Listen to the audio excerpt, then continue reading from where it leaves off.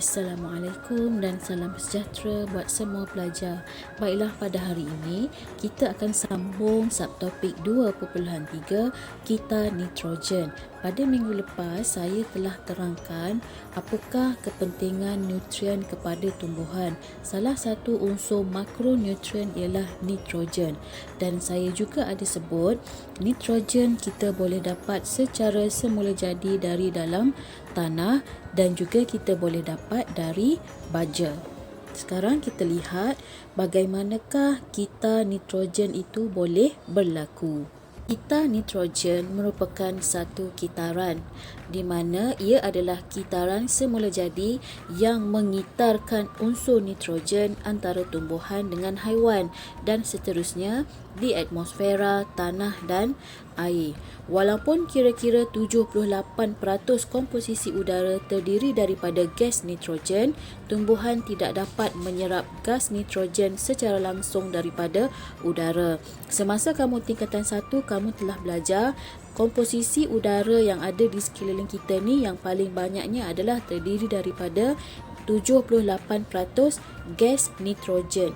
Tapi tumbuhan kita tidak boleh menyerap secara terus nitrogen yang ada dalam udara untuk diserap ke dalam tumbuhan. Maka mesti ada kita nitrogen supaya nitrogen yang berada di atmosfera, di udara, boleh diserap masuk ke dalam tanah, kemudian barulah akar pokok boleh menyerap nitrogen tersebut. Baiklah, kita lihat bagaimana kita nitrogen berlaku.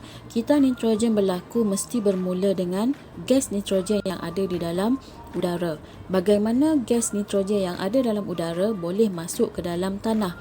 Awak lihat saya telah bulatkan dengan pen hitam di situ.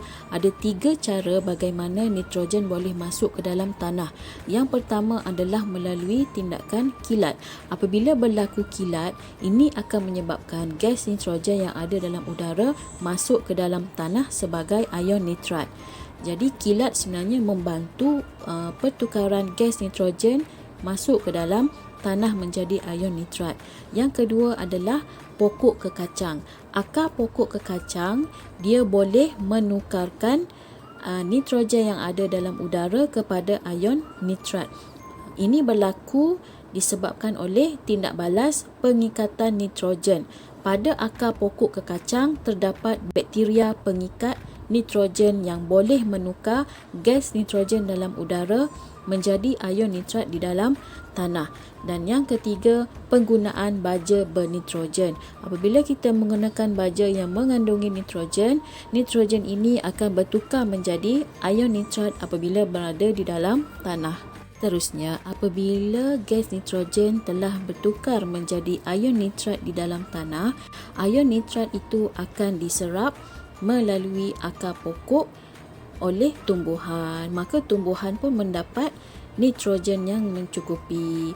Kemudian apabila tumbuhan yang menyerap nitrogen itu tadi dimakan oleh haiwan dan haiwan yang memakannya itu mati.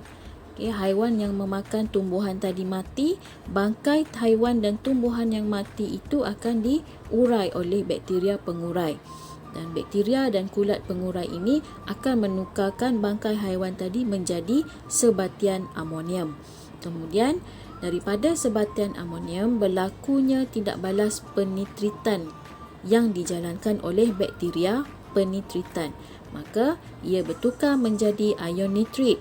Setelah itu, tindak balas penitritan sekali lagi berlaku oleh bakteria penitritan, maka ia akan menjadi ion nitrat semula. Dan ion nitrat itu akan digunakan lagi oleh tumbuhan dan tumbuhan akan dimakan oleh haiwan, haiwan akan mati dan diurai dan begitulah seterusnya kitaran berlaku. Seterusnya, tindak balas penditritan yang dijalankan oleh bakteria penditritan akan menukarkan ion nitrat menjadi gas nitrogen di udara semula, dan proses ini akan sentiasa berlaku dalam bentuk kitaran. Sebab itulah ia dinamakan kitaran nitrogen. Jadi apa yang awak perlu tahu dalam kita nitrogen adalah yang pertama, bagaimana cara gas nitrogen yang ada dalam udara masuk ke dalam tanah. Ada dua cara, iaitu yang pertama melalui tindakan kilat dan yang kedua adalah daripada akar pokok ke kacang. Dan sebagai tambahan, penggunaan baja bernitrogen juga akan menyebabkan ion nitrat itu masuk ke dalam tanah. Seterusnya, anda kena ingat apakah bakteria yang membantu menukarkan nitrogen kepada nitrat. Ia adalah bakteria pengikat nitrogen yang ada di dalam akar pokok ke kacang.